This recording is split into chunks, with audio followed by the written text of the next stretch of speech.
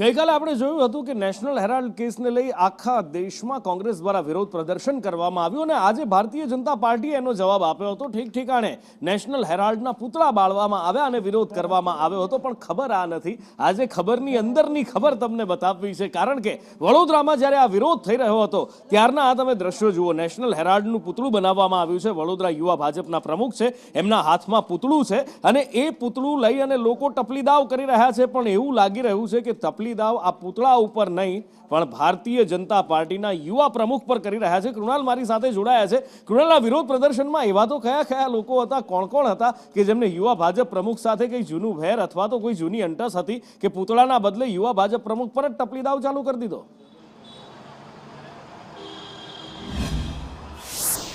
નુપુર, જે રીતે ગતરોજ સમગ્ર ગુજરાત સહિત વડોદરા શહેરમાં પણ સ્વાભાવિક છે કે નેશનલ હેરાલ્ડ કેસ મામલે રાહુલ ગાંધી અને સોનિયા ગાંધી સમગ્ર કોંગ્રેસને ઘેરવા માટે આ ભાજપના જે યુવા ભાજપના જે નેતાઓ છે તેઓ દ્વારા ઠેર ઠેર પૂતળા દહનનો કાર્યક્રમ કરવામાં આવ્યો. એટલે કે વડોદરા શહેરના પણ દાંડિયા બજાર વિસ્તારમાં આ જ પ્રકારે નેશનલ હેરાલ્ડ કેસ કૌભાંડ મામલે રાહુલ ગાંધીના પૂતળાનું દહન કરવાનું હતું. સ્વાભાવિક છે કે યુવા ભાજપનો કાર્યક્રમ હોય એટલે યુવા મોરચાના પ્રમુખ પણ ત્યાં હતા. ત્યારે આજે પાર્થ પુરોહિત છે તે રાહુલ ગાંધીના પૂતળું ત્યાં લઈને આવ્યા હતા દહન કરતા પહેલા. ત્યાં પહેલેથી જે યુવા ભાજપના અન્ય કાર્યકરો હતા અને જૂના કાર્યકરો એટલે કે પૂર્વ પ્રમુખ વિજય શાહ સહિતના પણ નેતાઓ ત્યાં હતા.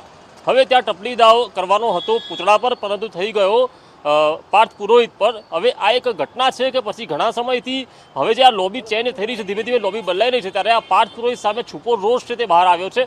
તે હાલ તો ખ્યાલ નથી, પરંતુ એક વાત ચોક્કસ છે કે પૂતળું લઈને આવેલા ઉત્સાહભેર આ પાર્થ પુરોહિત ટપલી દાવ આ યુવા ભાજપના કાર્યકરોએ જ કરી નાખ્યો હતો.